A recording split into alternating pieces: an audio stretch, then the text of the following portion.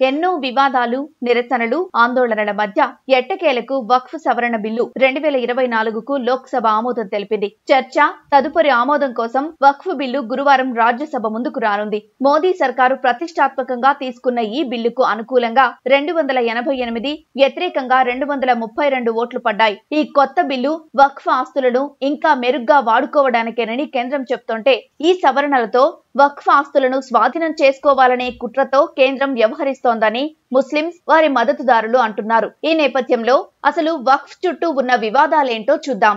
ఇస్లాం సంప్రదాయంలో ముస్లిం సమాజ ప్రయోజనం కోసం చేసే దానం లేదా విరాళాన్ని వక్ఫ్ అంటారు. వక్ఫ్ ఆస్తులన్నీ భగవంతుడికి చెందుతాయని భావించడం వల్ల వాటిని అమ్మడం లేదా ఇతర ప్రయోజనాలకు ఉపయోగించడం చేయకూడదు. దేశవ్యాప్తంగా భారీ సంఖ్యలో ఉన్న వక్ఫ్ భూములను మసీదులు, మదర్సాలు, శ్మశాన వాటికలు, అనాథాశ్రమాల నిర్మాణం కోసం ఉపయోగించారు. ఇంకా లెక్కలో లేని భూములు, కబ్జా అయిన ఆస్తులు చాలానే ఉన్నాయి. భారత్ లో వక్ఫ్ సంప్రదాయం 13వ శతాబ్దంలో ఢిల్లీ సుల్తానుల హయాంలో మొదలైంది.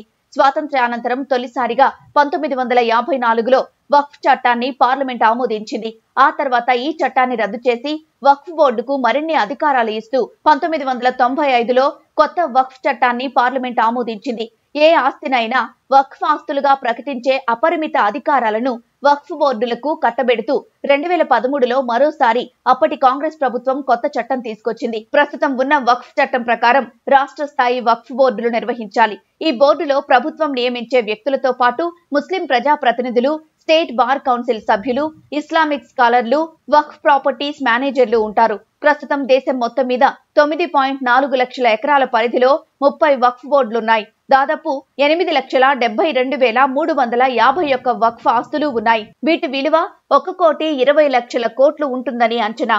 భారత్ లో రైల్వే, ఆర్మీ తరువాత ఇదే అత్యధికం. అయితే ప్రభుత్వ జోక్యం లేకపోవడంతో వక్ఫ్ లో అవినీతి పెరిగిపోయిందని, భూ కబ్జాలు ఎక్కువైపోయాయని ప్రభుత్వం ఆరోపిస్తోంది. దీన్ని ముస్లిం సంఘాలు కూడా అంగీకరిస్తున్నాయి. ప్రభుత్వ లెక్కల ప్రకారమే దేశవ్యాప్తంగా 60,000కు పైగా వక్ఫ్ స్థలాలు, 13,000కు పైగా ఆస్తులు కోర్టు వివాదాల్లో ఉన్నాయి. ఇక 4.35 లక్షల ఆస్తుల గురించి సమాచారమే లేదు. వక్ఫ్ భూములను రక్షించాల్సిన ప్రభుత్వమే వాటిని అన్యాక్రాంతం చేస్తోందని సచార్ కమిటీ ఆక్షేపించింది కూడా. దాంతో వక్ఫ్ చట్టానికి సవరణలు అవసరమని కేంద్ర ప్రభుత్వం ఎప్పటి నుంచో చెప్తోంది. ఆ క్రమంలో తీసుకొచ్చిన కొత్త చట్టమే వక్ఫ్ సవరణ బిల్లు 2024. దీన్ని ఉమీద్ బిల్ అని కూడా పిలుస్తారు. ఈ బిల్లు ఆమోదం పొందిన తర్వాత వక్ఫ్ ఆస్తులకు సంబంధించిన అనేక విషయాలపై ప్రభుత్వానికి నియంత్రణ ఉంటుంది. ఇన్ని రోజులు వక్ఫ్ ఆస్తుల వివాదాల పరిష్కారాలకు ప్రభుత్వాలకు అధికారం లేదు. కానీ ఇప్పటి నుంచి ఆ అధికారం ప్రభుత్వాలకు ఉంటుంది. వక్ఫ్ బోర్డుల్లో ముస్లిమేతరులకు స్థానం లేదు. ఇప్పుడు ముస్లిమేతరులకు స్థానం కల్పిస్తారు. అలాగే ప్రస్తుతం వక్ఫ్ బోర్డుల్లో మహిళలకు ప్రవేశం ఉండేది కాదు. కానీ ఈ బిల్లు ఆమోదం అనంతరం మహిళలకు అవకాశం కల్పిస్తారు. అంతేకాక ఇప్పటి వరకు ముస్లింలలో కొన్ని వర్గాలకు ఛాన్స్ లేదు. కానీ ఇప్పుడు ముస్లింలలో అన్ని వర్గాలకు ఛాన్స్ ఉంటుంది. ఇంతకు ముందు ఆస్తి వివాదాల్లో వక్ఫ్ ట్రిబ్యునల్ నిర్ణయం ఫైనల్ గా ఉండేది. కానీ ఇప్పుడు రాష్ట్ర ప్రభుత్వం నియమించే అధికారి నిర్ణయమే ఫైనల్ గా ఉంటుంది. ప్రస్తుతం వక్ఫ్ ట్రిబ్యునల్ తీర్పులే శాశ్వతంగా ఉండేవి. కానీ బిల్లు ఆమోదం తర్వాత వక్ఫ్ ట్రిబ్యునల్ తీర్పులను హైకోర్టులో సవాల్ చేయొచ్చు. ప్రస్తుతం డాక్యుమెంట్స్ లేకున్నా మతపరమైన కార్యక్రమాలు చేస్తుంటే దాన్ని వక్ఫ్ భూమిగా పరిగణించేవాళ్లు. కానీ ఇప్పుడు ఆ నిబంధనను తొలగించారు. దాంతో ఈ బిల్లు పూర్తిగా రాజ్యాంగ విరుద్ధమన్నది విపక్షాల ఆరోపణ.